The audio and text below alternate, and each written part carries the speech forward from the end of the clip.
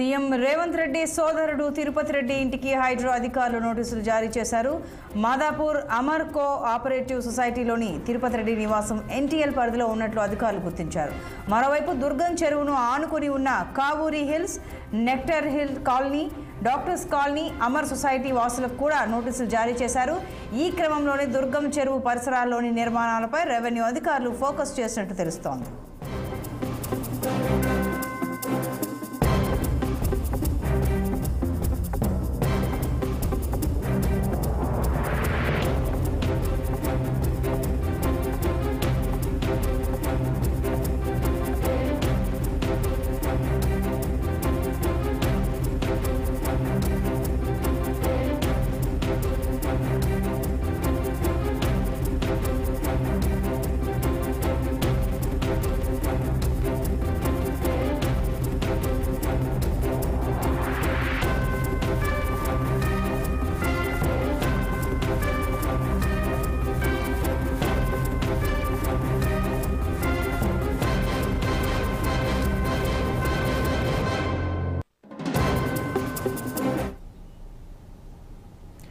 CM Revanth Reddy సోదరుడు తిరుపతి రెడ్డి ఇంటికి hydro అధికారులు నోటీసులు జారీ చేశారు. మాదాపూర్ అమర్ కోఆపరేటివ్ సొసైటీలోని తిరుపతి రెడ్డి నివాసం ఎఫ్టీఎల్ పరిధిలో ఉన్నట్లు అధికారులు గుర్తించారు.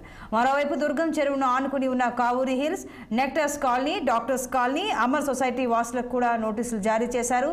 ఈ క్రమంలోనే దుర్గం చెరువు పరిసరాల్లోని నిర్మాణాలపై రెవెన్యూ అధికారులు ఫోకస్ చేసినట్లు తెలుస్తోంది. మరింత సమాచారం మా సీనియర్ ప్రతినిధి శ్రీనివాస్ లైవ్ ద్వారా అందిస్తారు. శ్రీనివాస్, చెప్పండి, హైడ్రా ఎవరిని వదిలిపెట్టే ప్రసక్తి లేదంటే తెలుస్తోంది. ఆఖరికి సీఎం రేవంత్ రెడ్డి సోదరుడు తిరుపతి రెడ్డి కూడా నోటీసులు అందించారు. అంటే హైడ్రా విషయంలో అధిష్టానం ఇప్పుడున్న అధికార పార్టీ ఏ రేంజ్లో ఫోకస్ చేస్తుందో అర్థమవుతుంది, సీరియస్గా ఉందో అర్థమవుతోంది. వివరాలు ఏంటి, మరి నోటీసులు తీసుకున్న వారి స్పందన ఏంటి, పూర్తి వివరాలు? సంతోషి, హైడ్రా అనేది ప్రస్తుతం హైదరాబాద్లో బడాబాబుల గుండెల్లో అడలెత్తిస్తున్న పరిస్థితి.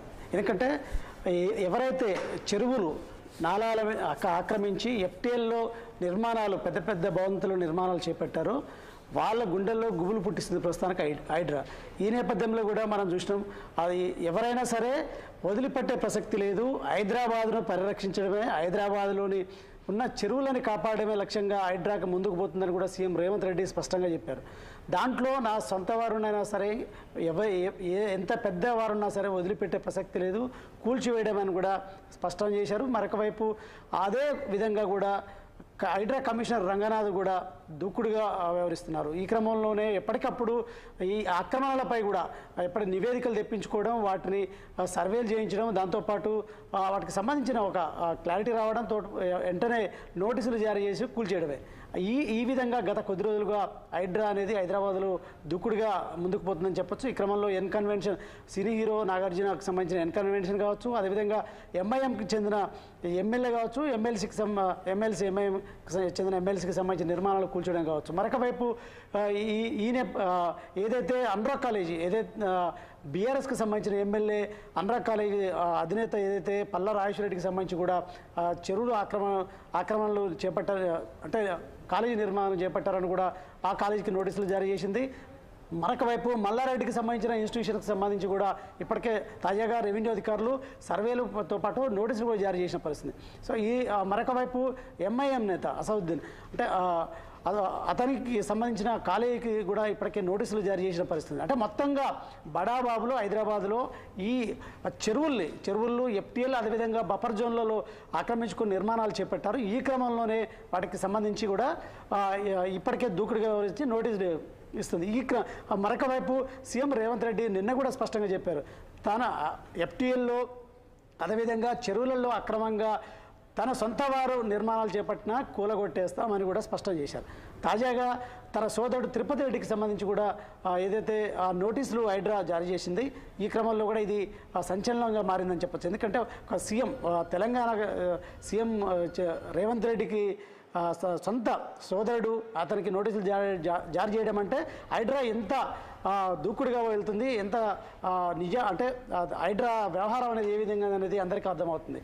అంటే ఎవరిని వదిలిపెట్టదు అని స్పష్టం చేయడం కోసం కూడా ఇప్పుడు తాజా ఉదాహరణ అని చెప్పొచ్చు తిరుపతి రెడ్డికి నోటీసులు.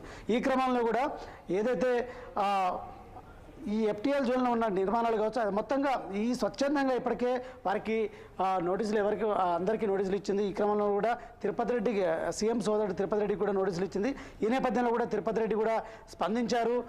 ఏదైతే షేరింగంపల్లి రెవెన్యూ అధికారులు ఇచ్చిన నోటీసులు, అంటే ఈ షేర్లింగంపల్లికి సంబంధించిన రెవెన్యూ అధికారులు తిరుపతి రెడ్డి ఇంటికి నోటీసులు అంటించారు. ఈ క్రమంలో కూడా 2015లో నేను అమర్ సొసైటీలో ఒక నివాసాన్ని కొనుగోలు చేశాను. 2017లో తాను ఆ నివాసాన్ని కొనుగోలు చేసినప్పుడు ఈ భూమి FTL పరిధిలో ఉన్నది అనేది నాకు తెలియదు. కాబట్టి ప్రస్తుతం తెలంగాణ ప్రభుత్వం ఈ హైడ్రాను ఏర్పాటు చేసి ఇలాంటి నిర్మాణాలని కూల్చివేస్తుంది, హైదరాబాద్ను పరిరక్షిస్తుంది. దీనికి సంతోషం. నాది ఒకవేళ FTLలో ఉంటే కూల్చివేయడానికి నాకు ఎలాంటి అభ్యంతరం లేదని కూడా స్పష్టం చేశారు. ఈ నేపథ్యంలో కూడా దానికి సంబంధించి కూడా రెవెన్యూ అధికారులు, అదేవిధంగా ఇరిగేషన్ అధికారులు ఒక సర్వే చేయడంతో పాటు దాని ఎంత మేరకు FTL పరిధిలో ఉందనేది కూడా ఒక అంచనాకు వచ్చిన తర్వాత దానిపై కూడా చర్యలు తీసుకుంటారని చెప్పొచ్చు. ఈ నేపథ్యంలో మొత్తం కూడా హైదరాబాద్లో ఏదైతే మొత్తం పెద్ద ఎత్తున గత 10 ఏళ్లలో ఈ చెరువులు ఆక్రమణకు గురి కావడంతో పాటు FTL పరిధిలో అదేవిధంగా బఫర్ జోన్లో నిర్మాణాలు చేపట్టారని కూడా ఇప్పటికే స్పష్టమవుతుంది. ఈ క్రమంలో కూడా ఏదైతే వర్షం చినుకుపడిందంటే సార్ హైదరాబాద్ తడిసి ముద్దడంతో పాటు లోతట్టు ప్రాంతాలు జలమయం అవ్వడం, ఏదైతే ఈ మాస్ ఏరియాలలో ఉన్న నీటిలో ఇళ్ళు నిర్మాణాలు మునిగిపోవడం, అందరు ఇబ్బందులు పడడం, అందరూ హైదరాబాద్ మొత్తం ఇబ్బందికరంగా పరిస్థితులు తయారవుతున్న నేపథ్యంలో కూడా కాంగ్రెస్ ప్రభుత్వం హైడ్రాను ఏర్పాటు చేసి ఆ చెరువుల్ని ఆక్రమిత నాలాలపై కూడా ఉన్న నిర్మాణాలను తొలగించడానికి హైడ్రాను ఏర్పాటు చేసింది. హైడ్రా దూకుడుగా వ్యవహరిస్తుందని చెప్పొచ్చు. Right Srinivas, thanks for the details.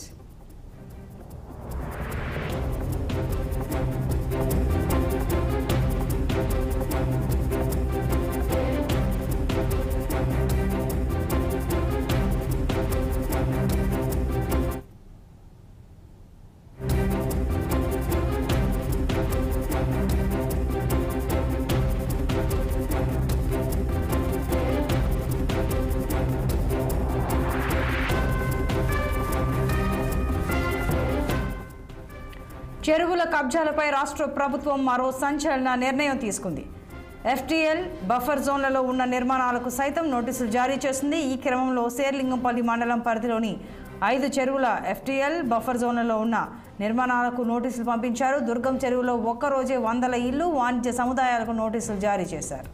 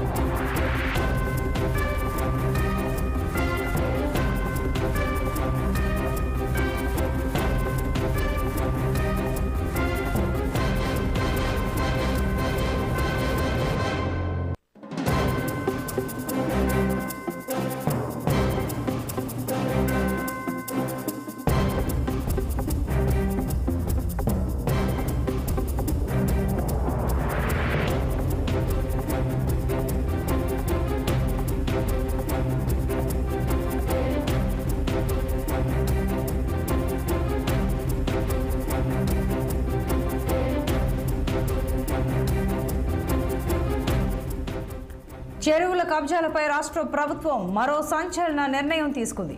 FTL buffer జోన్లలో ఉన్న నిర్మాణాలకు సైతం నోటీసులు జారీ చేసింది. ఈ క్రమంలోనే శేర్లింగంపల్లి మండలం పరిధిలోని 5 చెరువుల FTL బఫర్ జోన్లలో ఉన్న నిర్మాణాలకు నోటీసులు పంపించారు. దుర్గం చెరువులో ఒక్కరోజే 100 ఇళ్లు, వాణిజ్య సముదాయాలకు నోటీసులు జారీ చేశారు.